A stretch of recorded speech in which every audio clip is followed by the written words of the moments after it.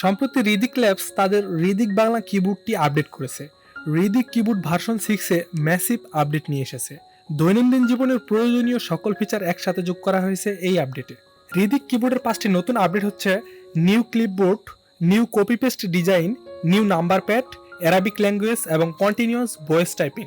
রিদিক বাংলা কিবোর্ডের নতুন এবং চমৎকার এই 5টি ফিচারের ব্যবহার সম্পর্কে জানতে ভিডিওটি দেখতে থাকুন।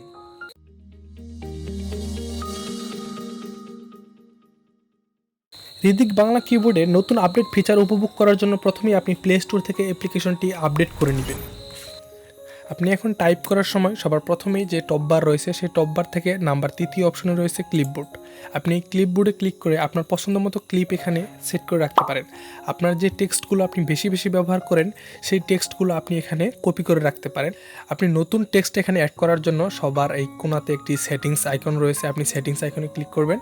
তারপর এখানে সবার নিচে কোনায় প্লাস আইকন রয়েছে, আপনি প্লাস আইকনে ক্লিক করে আপনি এখানে লিখতে পারেন। আপনার যে লেখাগুলো সবচেয়ে বেশি লিখে থাকেন কিংবা বেশি প্রয়োজন হয় সেই লেখাগুলো আপনি এখানে লিখে রাখতে পারেন এবং এই লেখাগুলো লিখে আপনি সবার নিচে টিক মার্ক রয়েছে, আপনি এই টিক মার্কে ক্লিক করে সেভ করে রাখতে পারেন।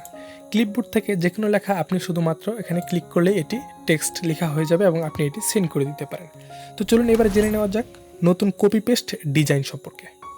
আপনি নির্দিষ্ট লেখা মার্ক করতে পারেন এবং আপনি চাইলে সিলেক্ট অল বাটনে ক্লিক করার মাধ্যমে সব লেখাই সিলেক্ট করতে পারেন, অথবা আপনি নির্দিষ্ট অংশ মার্ক করে সিলেক্ট করতে পারেন। আপনি যদি লং প্রেস করে মার্ক করেন তাহলে এটি মার্ক হয়ে যাবে এবং নিচে কপি এবং পেস্ট বাটন রয়েছে। আপনি যদি এটি কপিতে ক্লিক করেন তাহলে আপনার লেখাটি কপি হয়ে গেল এবং আপনি যদি পেস্টে ক্লিক করেন তাহলে এখানে পেস্ট হয়ে যাচ্ছে। অনুরূপভাবে আপনার যে লেখাগুলো ইচ্ছে সেই লেখাগুলো কপি করে আপনি খুব সহজে এখানে পেস্ট করতে পারছেন। তো এটি হচ্ছে কপি পেস্ট ফিচার। চলুন এবারে জেনে নেওয়া যাক নতুন নাম্বার প্যাড সম্পর্কে।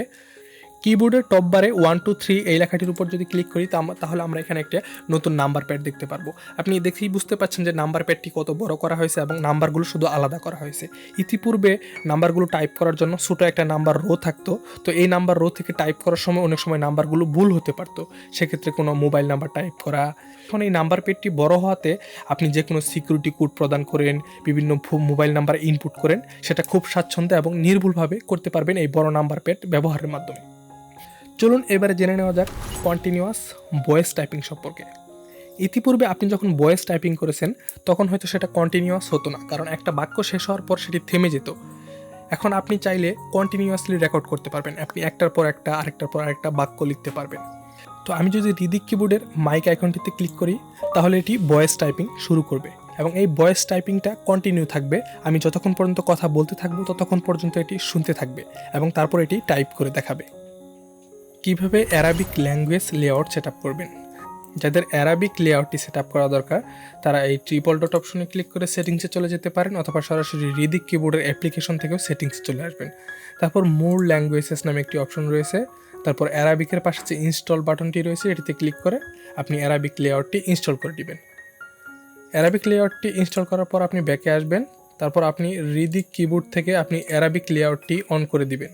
তো রিদিক কিবোর্ডে আসেন, তারপর আপনি অ্যারাবিক লেআউটটি এনেবল করে দিবেন। তারপর এখন টাইপ করতে গিয়ে রিদিক কিবোর্ডটি এখন অ্যারাবিক লেআউটে পরিবর্তন করে নেবেন। তো অ্যারাবিক লেআউটে পরিবর্তন হওয়ার পর আপনি এখান থেকে অ্যারাবিক টাইপ করতে পারবেন। ফিচারগুলো আপনার কাছে কেমন লেগেছে তা আপনি কমেন্টে জানাবেন। ভিডিওটি ভালো লাগলে লাইক করুন এবং বন্ধুদের সাথে শেয়ার করুন, আর চ্যানেলটি সাবস্ক্রাইব করতে ভুলবেন না। ধন্যবাদ।